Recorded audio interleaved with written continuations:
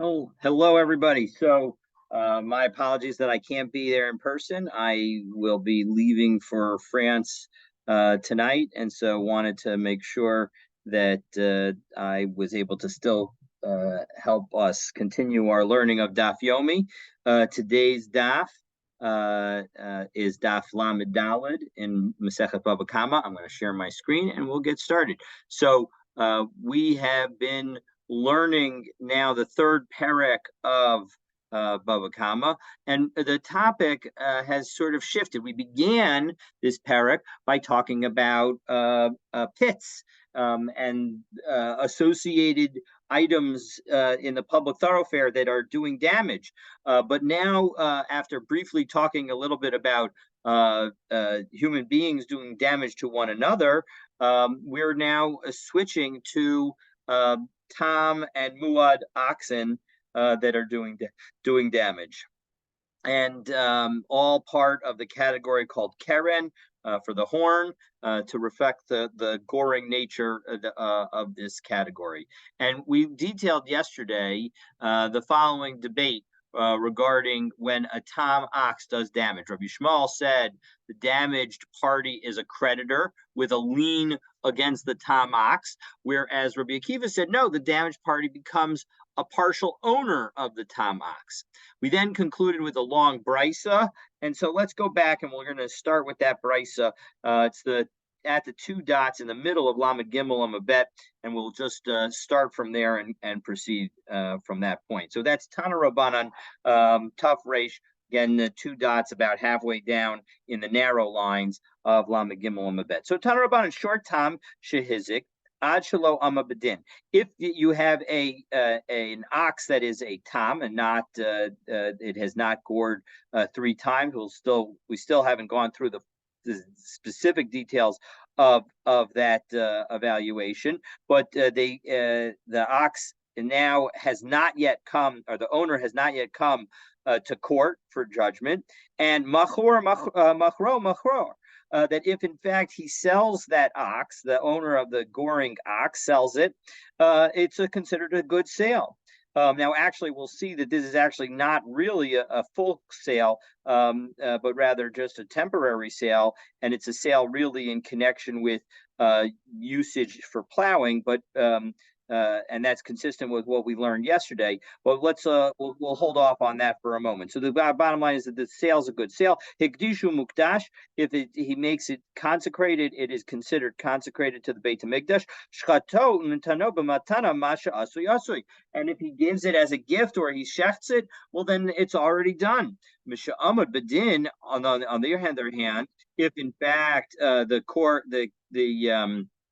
if in fact the matter comes to the court and has now already received judgment, macharo eno machor. If you sell it, it's not actually a good sale. Higdishu eno mukdash, and if you consecrate it, it's not actually consecrated.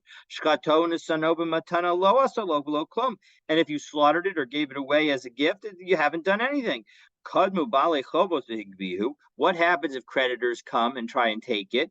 So ben chav ad shelo hizik, ben hizik ad shelo chav, doesn't make a difference whether the obligations to those creditors predated or postdated the damage done by your ox. Lo asu v'lo klum. You taking it doesn't do anything. Because the bottom line is that you can the damaged party can only get money from the ox's body, and so we're going to limit the ability of anyone else to take away that animal.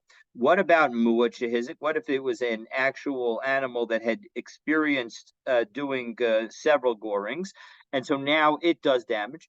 Ben shama ben bedin ben shloama bedin. Doesn't make a difference whether or not the defendant has already been in court. Mecharo machor, if you actually try and sell that ox, it's going to be sold. Higdishu mukdash, if you consecrate it, it'll be consecrated. Shchato nisano b'matana masha asui, and if in fact you shecht it or you give it away as a gift, what you've done is done.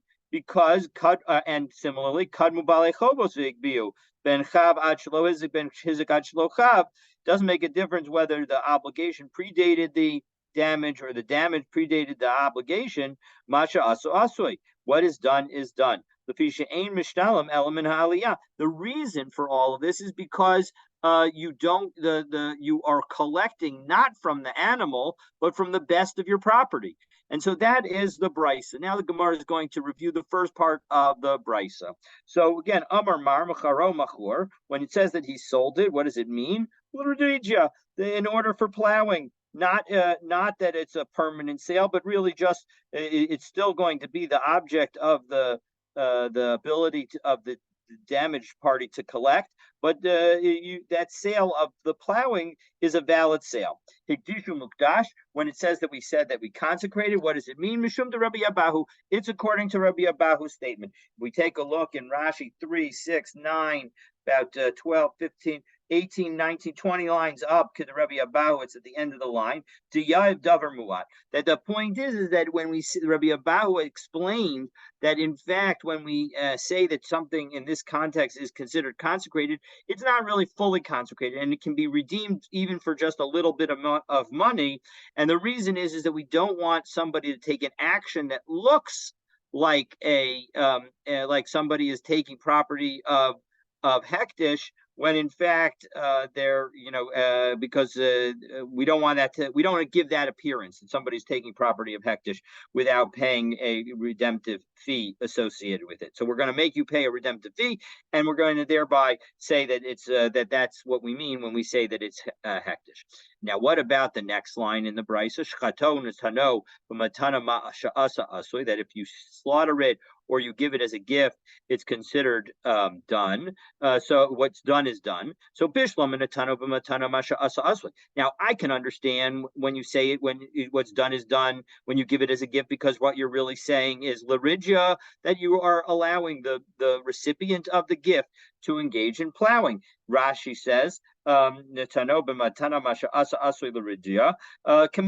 it's just like if you sold it. Just as if you sold it, so too, in this case, if you were to give it away, you would be able to, the recipient would be able to use it for plowing. Ela shachato. But you also said that what's done is done with respect to slaughtering. How could that be? Lacy v'lishtalim b'misrei. Shouldn't the damaged party receive the meat that was now slaughtered? Meaning, if in fact you're only going to get what's the value of the animal that did the goring, well, then you better the damaged party should be able to take the meat that's associated with the slaughtered animal. The Tanya, after all, chai, that when we refer to chai, that the fact that an animal is when that you should, and this is from the pasuk in Shmot Kav Aleph Pasuk Lamed Hey, where it says, it refers to the sale of the live animal and the dividing of the money. I would from that word, I would only know that you could sell live animals. How do I know shchatominayin? How do I know that you can sell a slaughtered animal as well? Talmud Lomer. Well, the end of the pasuk says umcharo es ashur, meaning that you could sell the ox. That suggesting that any mikom makom, you sell the ox no matter what the circumstances are, if it's alive or if it's dead. So in any event, so that's the point is what does it mean to say that shchato masha asa asui, that when you slaughtered it, in the case where you haven't gone to court yet, what's done is done. What does that mean? So Amar Rav Shizvi explains, lo nitzrucha el lefchat shchita. No, the point is that it's telling us that what about this depreciation associated with the fact that the animal's now slaughtered? So you had a live animal that was worth 100, now it's a slaughtered animal that's worth 57. So what happens to that 43 reduction? So the point is that it's telling us that reduction is tough luck for the damaged party, that now, because he didn't go to court fast enough. So as a result, that's what this is telling us. And Amar Rav Huna Brei Rav Yoshua, Rav Huna, in the name of Rav Yoshua, says that Zos Omeris, this is teaching us Hamazik Shibudo Shel Chavero Patur, that if I go and damage a field that you have a lien on, but you don't actually own the field, you just know that the person who owns the field currently owes you money. Now, let's say he owes you $10,000 and the field is worth $10,000. That gives you a sense of security. But what if I come now and I do damage to the field and I do, $3,000 of damage to the field? So now the field's worth only $7,000. Well, according to what we've just said, this is basically a case of indirect damage. And as a result, I'm not going to be liable to you, even though I've done the damage to the property. And so that's what Rav Huna says, that Zozamer Hamazik Shibuda Shel Chaveru Patur, you're not going to be liable. Well, Pshita, isn't that obvious a conclusion from what Rav Shizvi has taught us? No, it's not so obvious, because Ma'ud what might I have thought? Hasam Huda Amarle Lo Chasartzicha below midi. It's only in the case of the animal that I would be able to say that you haven't lost anything. Da Amarle Zika Ba'alma Huda Shakli Minach. All I've taken away from you is some wind. Meaning the difference between a live animal is one that can breathe, and the dead animal is one that can't breathe. And so the difference is that I just took breath. That's what I took. I took nothing away from you. So Alma, but if I were to actually do damage to your field, then you could say that I did real damage. So lichayv, maybe I would be chayv. So kamash malan, even though I've done real damage to the field, the bottom line is I haven't damaged you directly, and so as a result, the fact that I damaged your lien is not something that I'm going to be liable for. And Hanami Rabba, 1 second, but Hanami Rabba Amra, if you want to tell me that that's what we're learning, well, Rabba made the same point. Dama Rabba Soriv Shtarosav Shal Chavero Putter, that if you burn the contracts that belong to somebody else, you are not liable. This is a classic case of Garmi that we'll talk about later in this Masechet. But the bottom line is that I'm not going to be liable because I didn't actually cause direct damage. And so as a result, it's not, although, because I've not, the value of the contracts are not actually the contracts themselves, but rather the underlying obligations. And the underlying obligations arguably still exist. It's just you're not going to be able to prove them.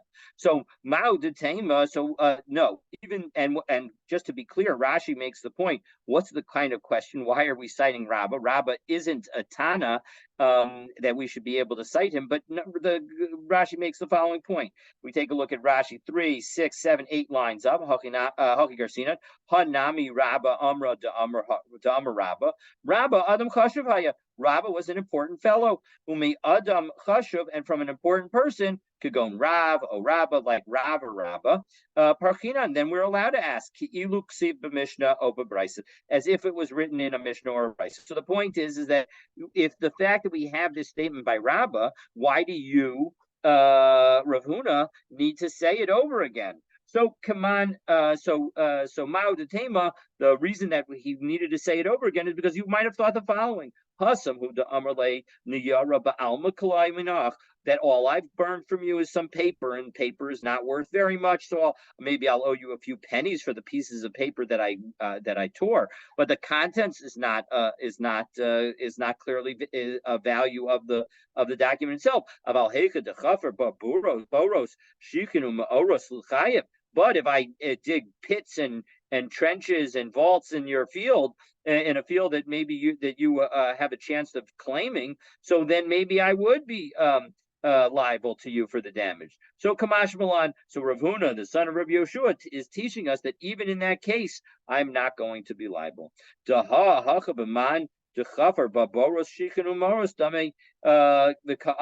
in fact, the case of one who slaughtered an ox that had gored is basically similar to the one who digs pits and trenches and vaults underneath somebody's field that they are trying to be able to claim if there's liability. And that's why we say that that in fact what's done is done. There's no liability associated with it. So that was the early part of the brisa. Now the brisa wonders why creditors from before the goring lack the ability to take the animal. So Kadmu bale chobos dehigbiu ben chav al ad shaloch hizik ben hizik ad shaloch chav lo asav lo klum. We said in this brisa that it doesn't make a difference whether the creditors predated the damage or postdated the damage. They're not going to be able to take the animal. Lafisha ein mishalem elamagufo, because the person who was damaged by the goring can only collect from the animal itself. So bishlama hizik ad shaloch chav. Now, if the animal did the damage before the debt, well then Nizakin Kadmu. Well then it makes sense that the person who was damaged should be able to come forward and take the ox.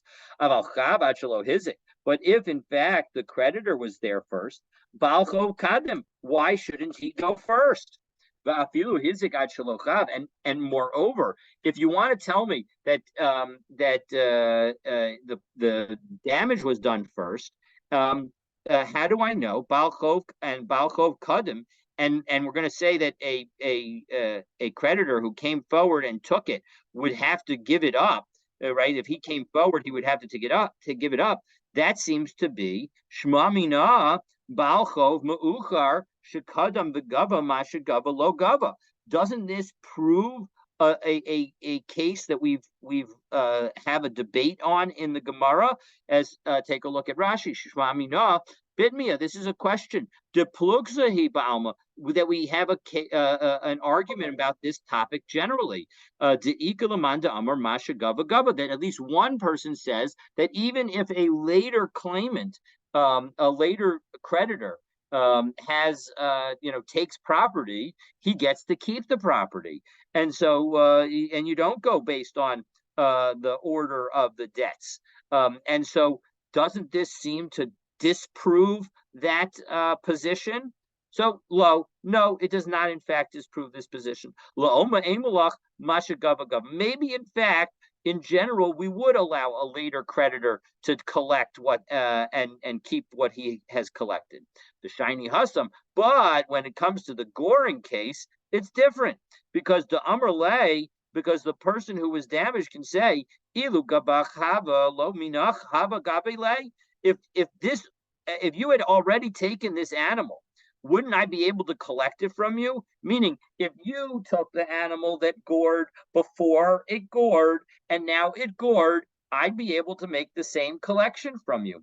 Dahai Torah de Azkan Mine Mishtalemna, that I'm going to collect from this ox my payment. Now, Tosfos clarifies that this is not in fact saying, even though it sort of reads that way, it's not really saying that, look, just as the current owner is liable for not having watched it well, you also would have been liable for not watching it well. Look at the top Tosfos on Lamed Daled and Amud Aleph. Tema Azu bedin sheyigba shepasha b'shmirato. Are you saying that because of his negligence in his watching, that's why he's able to collect it? No, that's not the case. V'yesh lomar dulo ka'amar ela kalomar. That it's not. It's what it's saying is only the following: De'ein guf hashor mishubad lebalchov kamo shehu mishubad lenizak.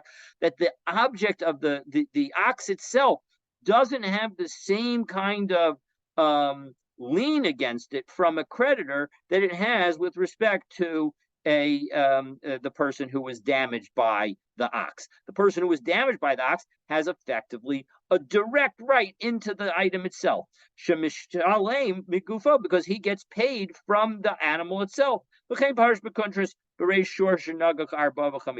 that's what we're going to see in a couple of pages as we begin the fourth parak of Maseches Bava Kamma. So that's what Tosfos adds there. So that's the story. And now the Gemara is going to quote another brisa. So the Gemara quotes a brisa that's going to again relate to damage by a tam ox. So let's take a look.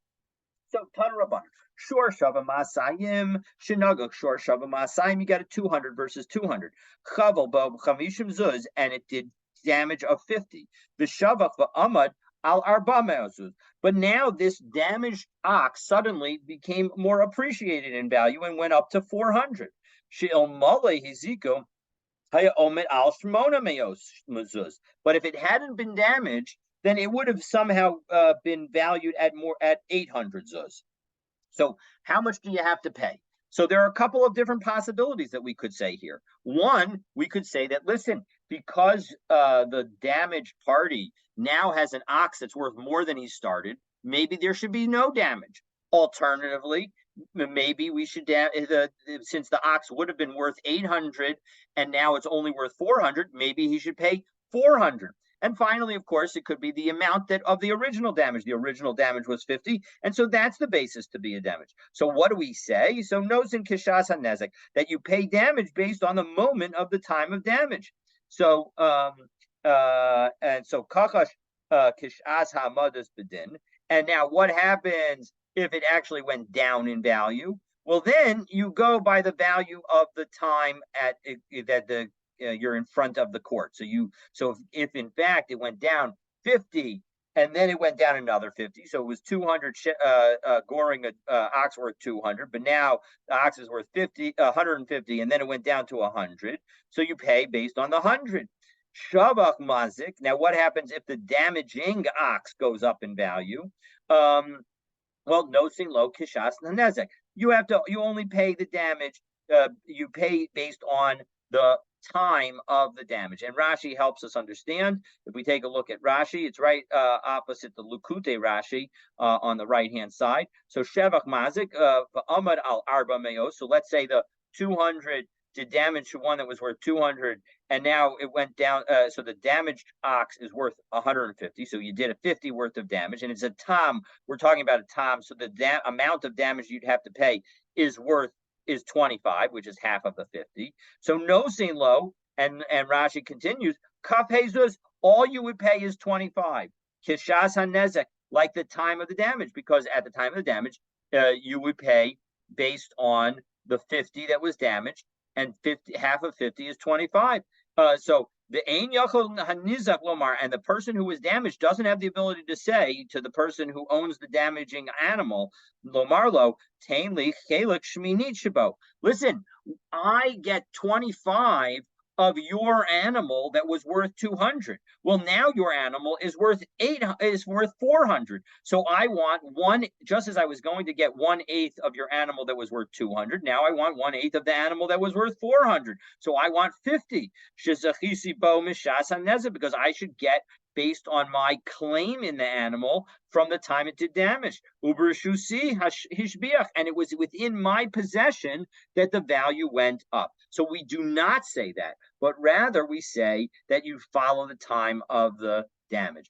Kakash b'shas hamada, kakash, but if the value goes down, then of the goring ox, well then kishas hamadas bedin. Then you're stuck with the animal at the time of the court case. So if in fact you had an animal that was worth 200 that did damage to another animal that was worth 200, and now the animal that was injured is worth only 150, but the damaging ox somehow goes down to a value of 20, well, tough luck to the damaged party. All they're going to be able to collect is 20 and not 25. They'll only get the value of the remaining animal. So that was the final statement. Now, these last two statements seem to conflict with one another, as the Gemara is about to point out. So Amar Mar Shavach Mazik Nosin Kashas Hanezek, that when the ox does damage, when the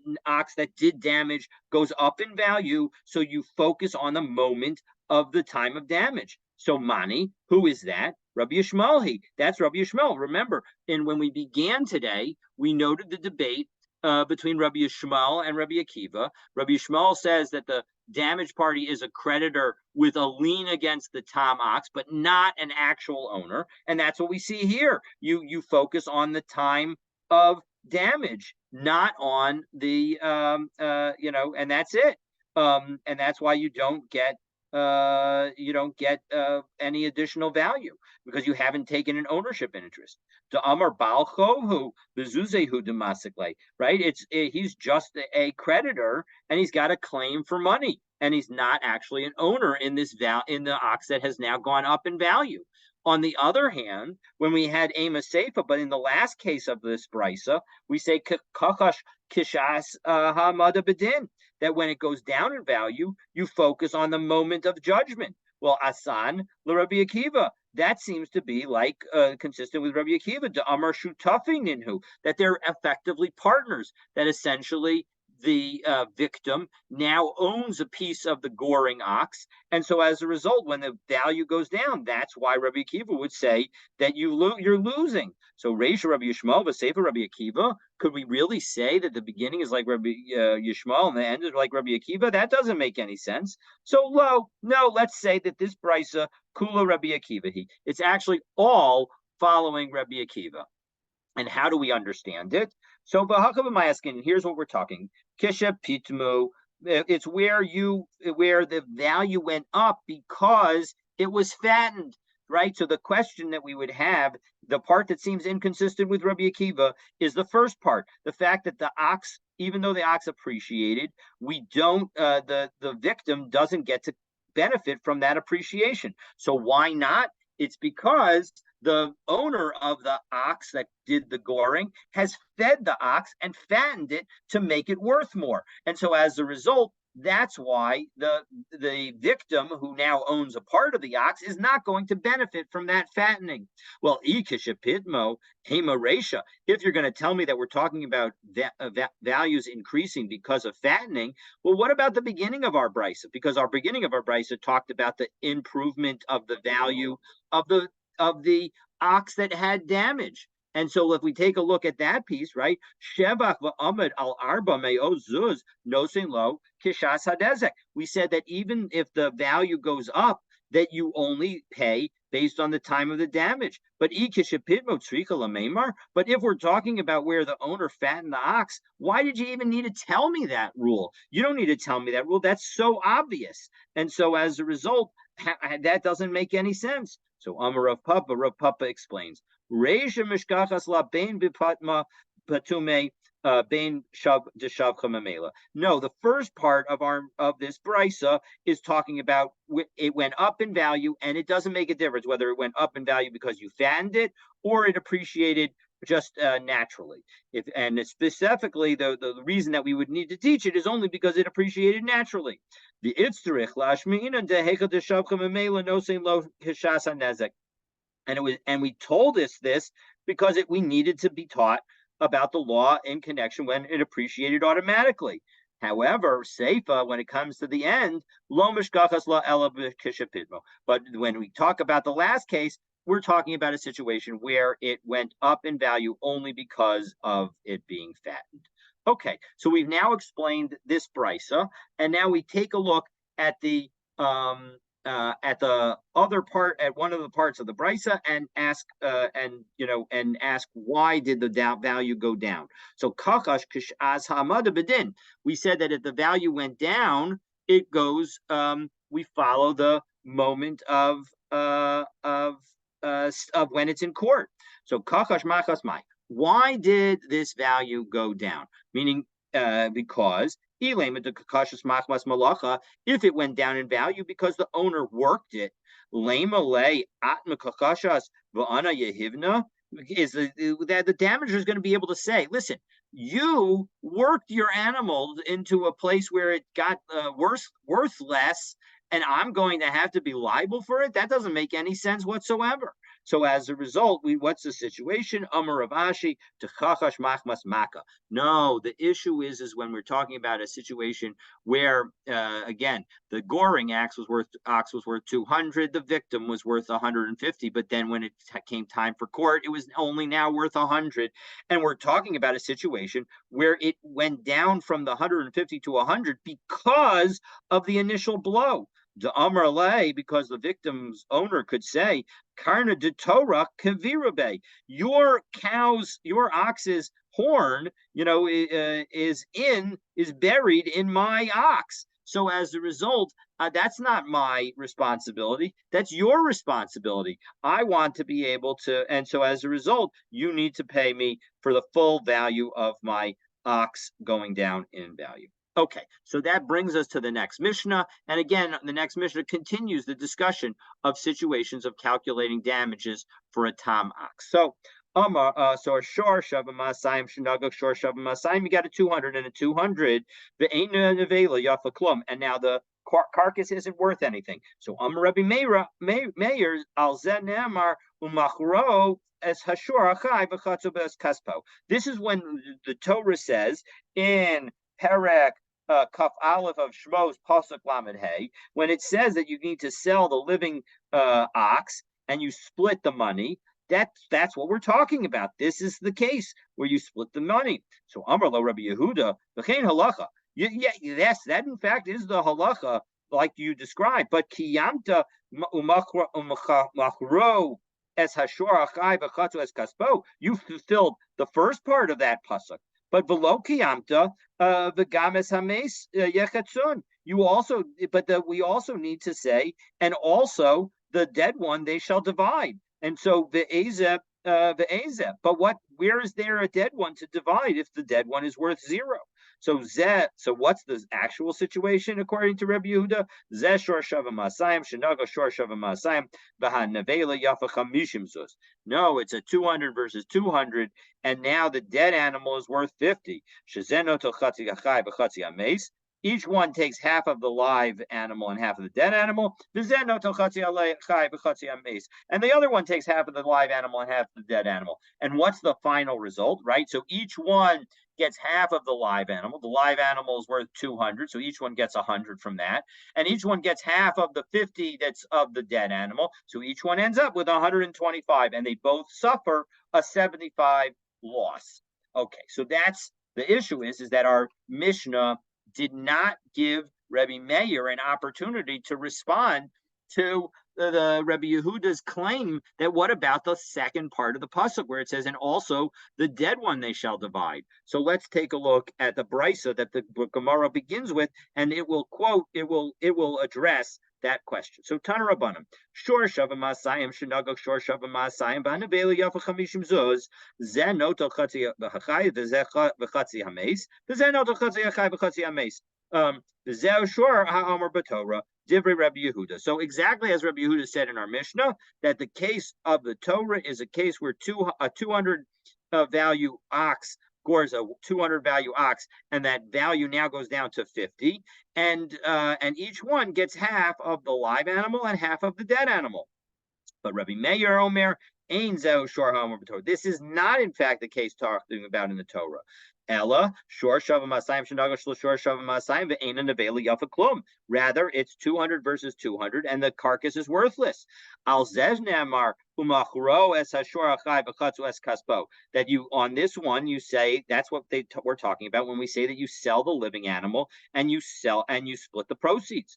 Ella Ma Ani Mikayim V'Games Hames Yechatzun. Well, in second, how do I fulfill and also the dead one they shall divide? So no,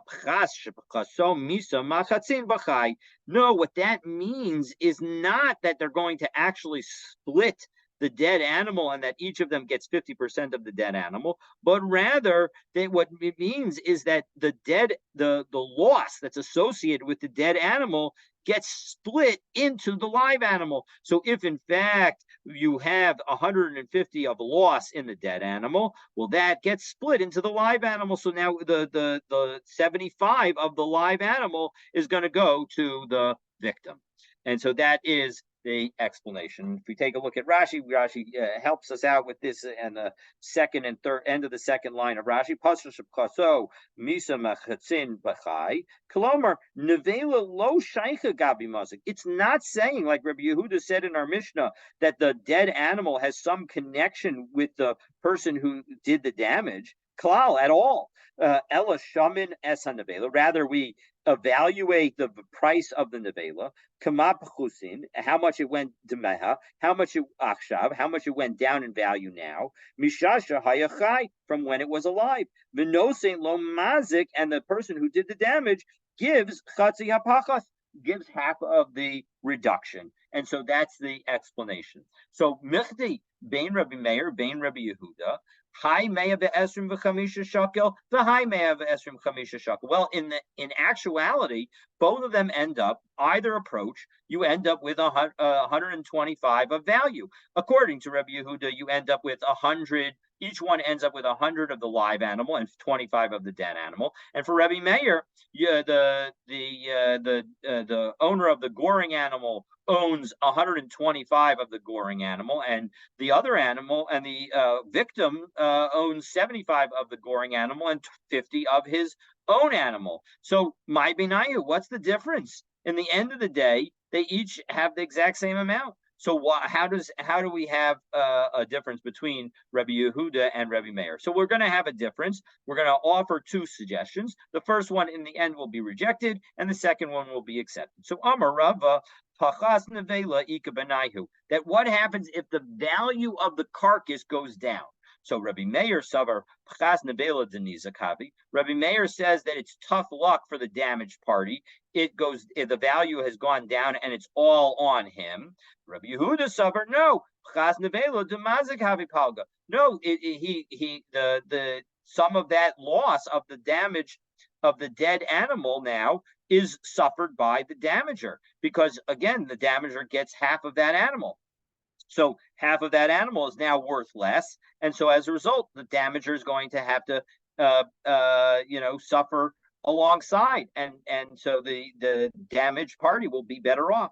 So Amrle Abaye, Im Kain Matzino Rabbi Yehuda. If that's true, we find according to Rabbi Yehuda, as we turn to Lamadalit on the bet, Tam Chamor Mimuad. We can actually find a situation where a Tam is actually more strict than a Muad, because when we saw back, in fact, Rashi says this nicely. If we take a look at Rashi, top Rashi on Lamadalit on the bet.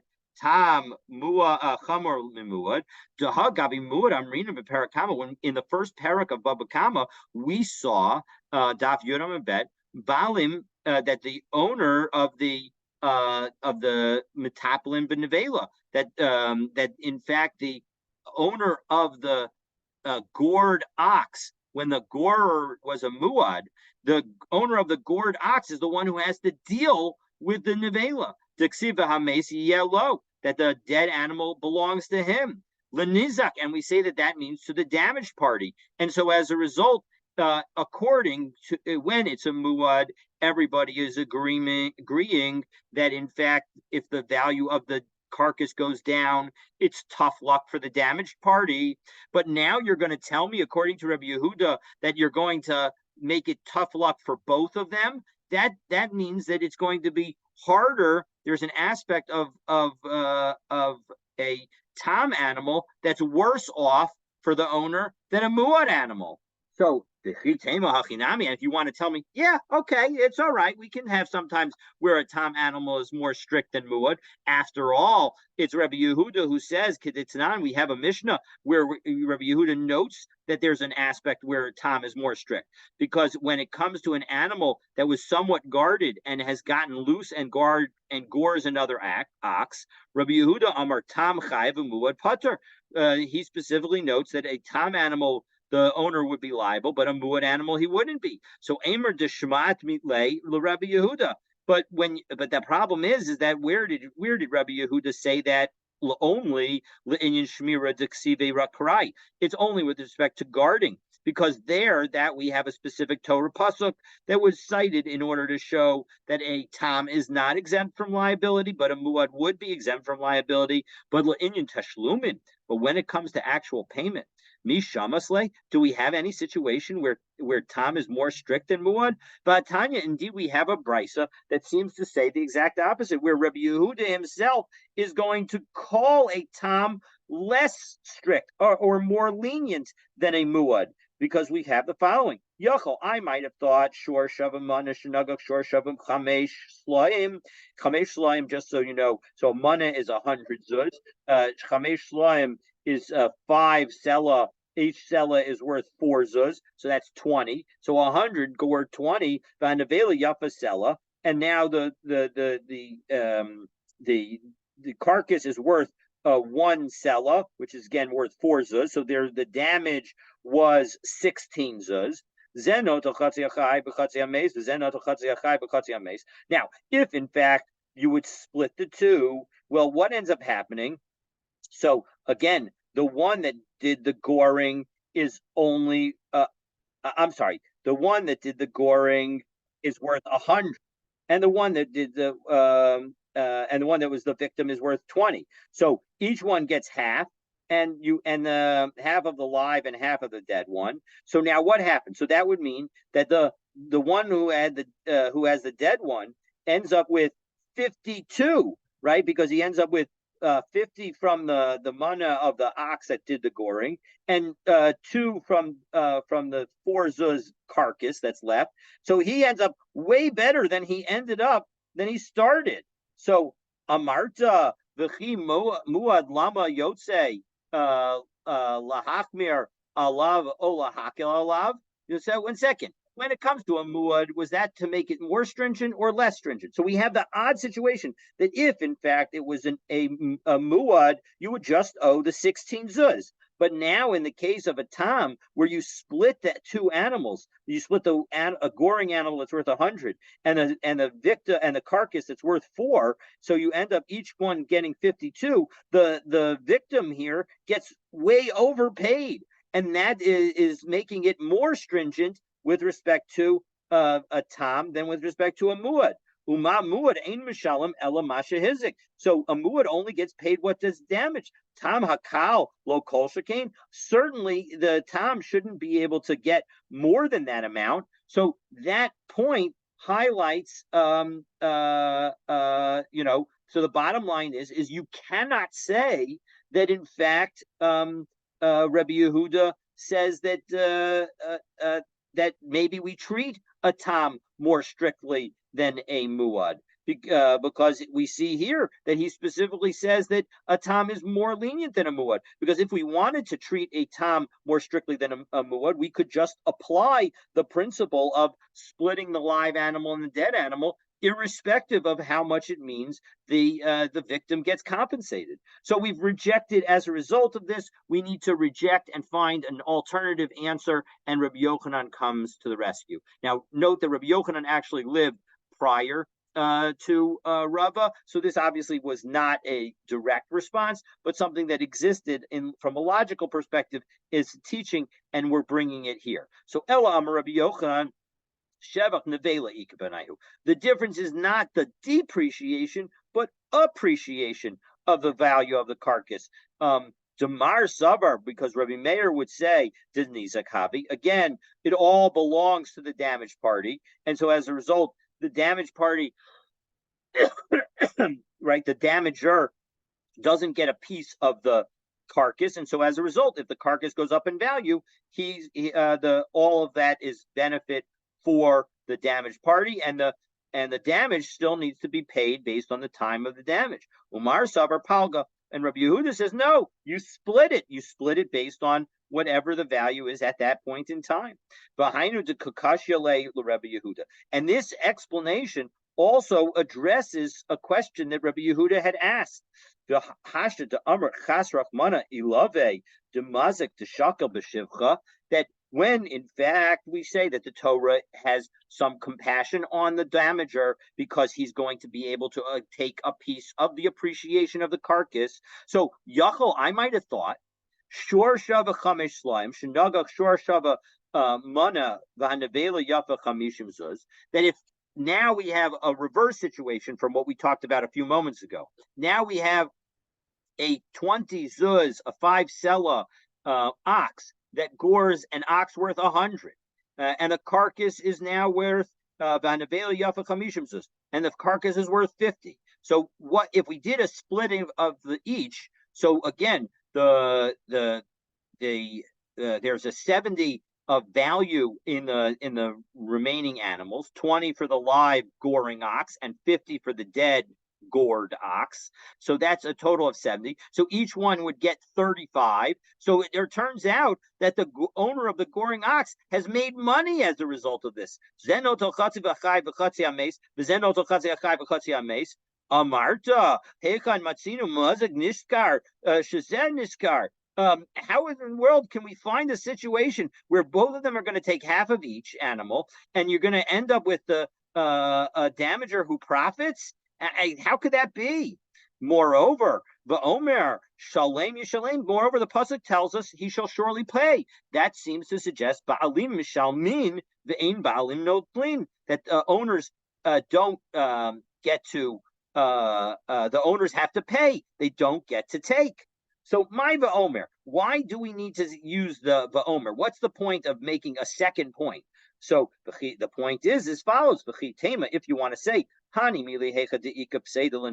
maybe the situation is that wherever there's going to be a loss to the damaged party, so maybe that's what we're going to prevent, a situation where the goring party will benefit.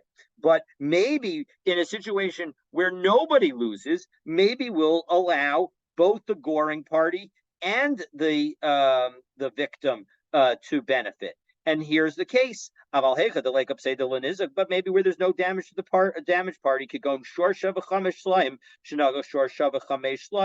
that if you have two oxen that are both worth 5 sela, both worth 20 zuz, that are, and they do damage to each other, and one does damage to the other, the hanavela yafish loshim zuz. And remarkably, for whatever reason, the dead animal, there's a sudden rush on need for dead animal meat, and it's now worth 30, even though when it was alive, it was only worth 20. So as a result, maybe in that situation, both of them should gain 5 of the increased value, because again, according to Rabbi Yehuda, they should take half of the live animal and half of the dead animal. So half of the live animal is worth 10 and half of the dead animal is worth 15. So each of them should end up with 25, which makes both of them better off. So shakil nami mazik shibashivcha, right? Let the damager also take some of the benefit. So va'omer shalem yishalem. So that's why we specifically add another point to say it's got to be a payment. Only there's no way that we're going to allow the owner of the damaging ox to benefit and actually end up with more money. So balin mishalmin ve'ein balin notlin. The owner of the ox that did the goring is going to have to pay. He's not going to be able to take. Okay, so that answers the question. Now, what's the issue is that given Rabbi Yehuda's understanding of the Torah, where the two parties split the living ox and the carcass, we're going to have a problem. And so let's take a look and see what Rav Acha bar Tachlifa raises as a problem to Rava. So Amrle Rav Acha bar Tachlifa l'Rava im kain matzinu l'Rabbi Yehuda tam mishalem yoter mechatzi nezek. Well, 1 second. We can also find a situation where the owner of the tam pays more than half. It doesn't necessarily mean that the victim does better. It could just be more than half. So, for example, let's say a 60 did damage to an animal worth 50, and now it does, and now the animal worth 50 is worth 10. So he lost 40 of value. But if we do half of the 60 and half of the 10, that means that that's a total of 70. That means each of them is going to get 35. Well, 35 is less than 40, meaning that the victim is going to is less than 50, so the victim is losing something, but the victim is only losing 15. He's not losing half of his value. But Torah Amr Umachros Ashur Achai V'Chatzu Es Kaspo. And because the Torah said we got to split the live animal and divide its proceeds. So Islay Rabbi Yehuda Psak Shapachsa Misa Machzir B'Chai. So no, Rabbi responds that no, in fact, Rabbi Yehuda does hold that with the depreciation of the value, that's going to be split in the live one. So it does not mean in that, as we would ordinarily read the pasuk, that you just split the value of the live animal no matter how much it's worth. No, you split only the loss in value associated with the dead animal. That's the only amount that you would get in the live animal. So minalei, well, how does Rabbi Yehuda know that? Because we know how Rabbi Meir knows that, because Rabbi Meir uses the following words from V'gam es hames yechatzun, and that's in fact what Rabbi responds. V'gam es hames yechatzun. That's how Rabbi Yehuda also knows it. So just like Rabbi Meir. But 1 second, Rabbi Dacha Bar Tachlifa asked back, "Vaha apke Rabbi Yehuda lizel notel chatzi achai v'chatzi hames v'zen notel chatzi achai v'chatzi hames." What Rabbi Yehuda is already using that part of the verse to tell us that each person gets half of the dead animal. So what's the purpose of it? Meaning, how can you learn two things from this?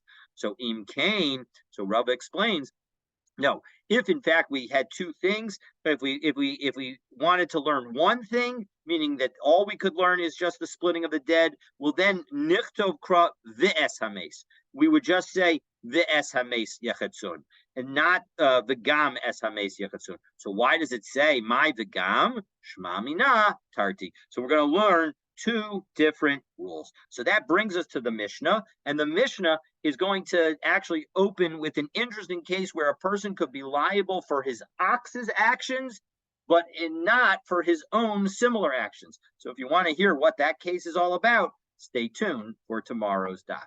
Have a wonderful, wonderful day.